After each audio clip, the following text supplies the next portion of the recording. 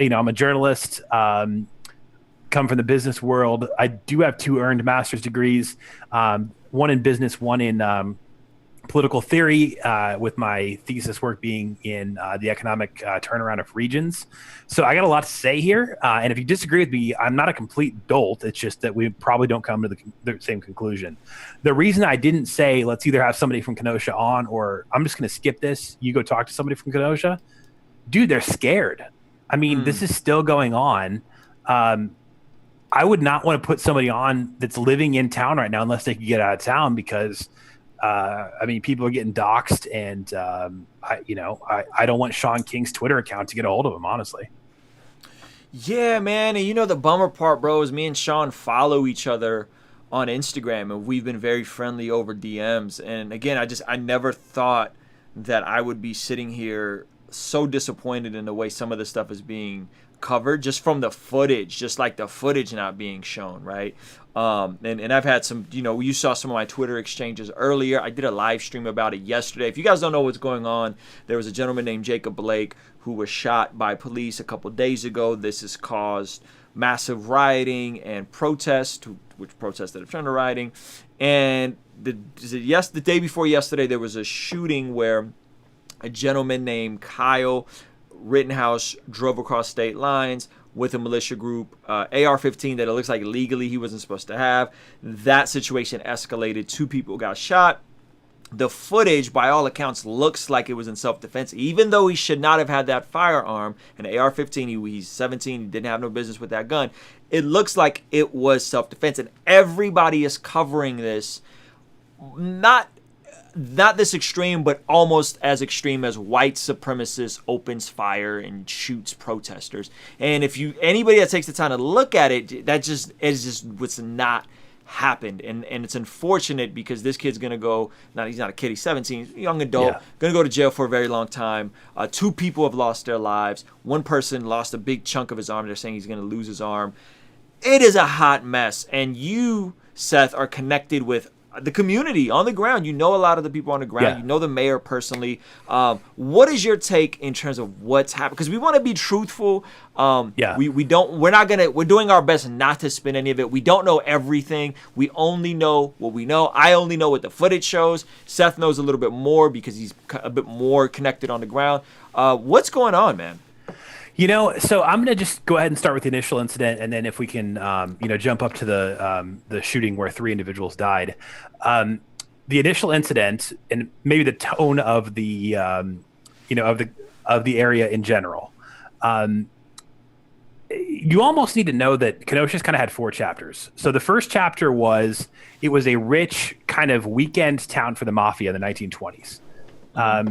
And then the second chapter was that, do you remember I know that you didn't spend your whole childhood here, but the Rambler or the Gremlin, kind of famously bad cars in American culture, like in the 70s and stuff. You've never heard of those? No. Nope. Okay. American Motor Company was headquartered in Kenosha. So like another Ford, Chrysler, General Motors. Okay. They went out of business. And so think about kind of a mini Detroit type of depression. Okay. And then, Chrysler came in.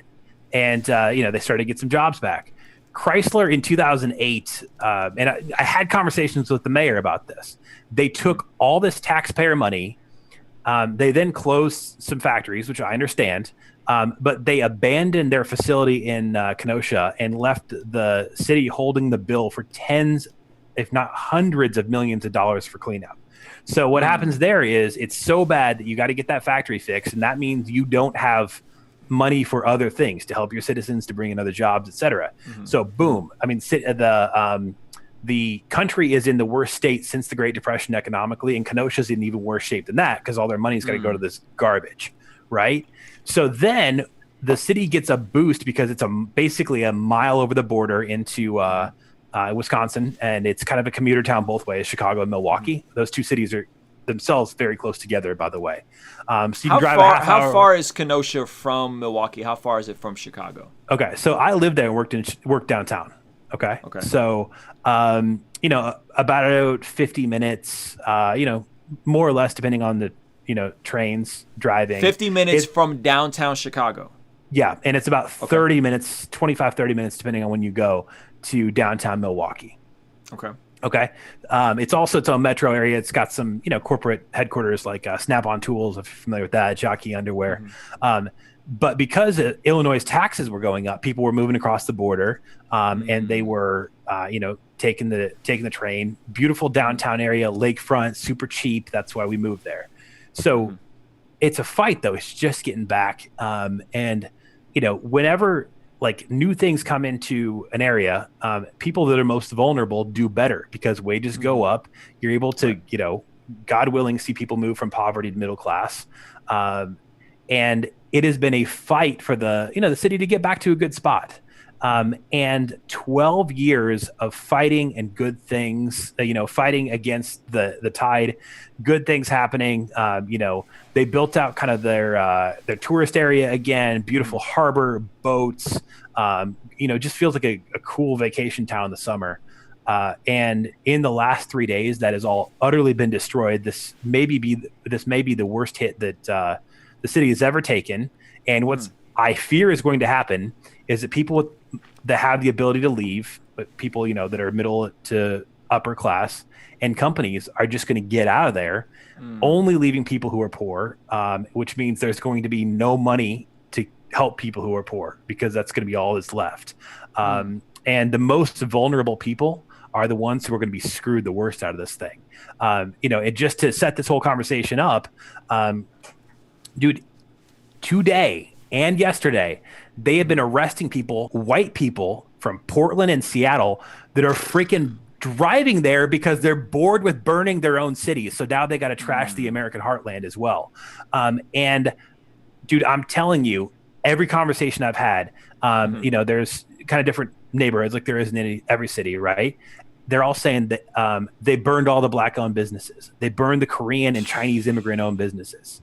And so, white people from the West Coast came in and it's more complicated than that, but it's one of the things that's happened, came in to the American heartland, drove through the night, bought gasoline. Some of them got arrested having gas while they were buying tons and tons of cans of gas with illegal weapons, illegal drugs, and just torched this thing. And it's the second time I've seen it this summer. The other thing is I live 2 miles from Ferguson, Missouri right now. Okay. So after the George Floyd, the unrest after the George Floyd death, Ferguson basically got sacked again. There was a lot of violence. They actually broke into the police department and burned it. That was 2 miles down the road from my house. I'm telling you, just during the pandemic, there's nowhere to hang out. Somebody's hanging out at Walgreens in the gas station. It's all white kids from out of state driving nice SUVs with their flippin' Antifa uniform, which is like pink and blue and green dyed hair, and then like combat boots. Basically, it was sort of like a 90s Christian music festival, only for destroying things. It's the second time I've seen it, and it's always more complicated than that. There's always 1,000 little stories inside the big story.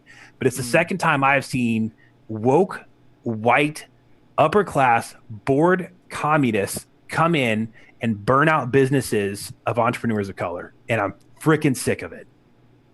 Yeah, man, it's so crazy because we've seen, there's been documentation that's came out that these folks are coming from out of state, that these folks are not from the region. Everybody I've spoke to from the city says a lot of these people aren't from here. You know what I mean? That they're coming from other places.